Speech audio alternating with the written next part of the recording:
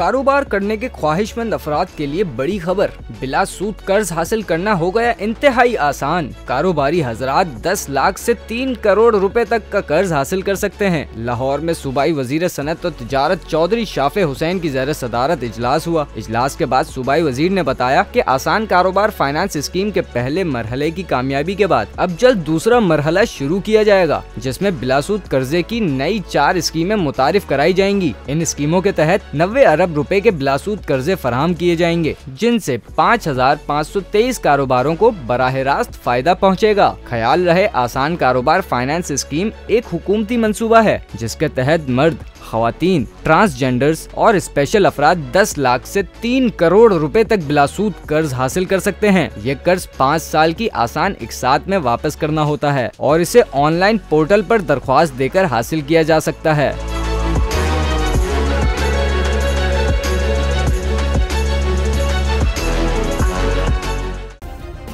Subscribe करें और bell दबाएं ताकि कोई खबर रह न जाए।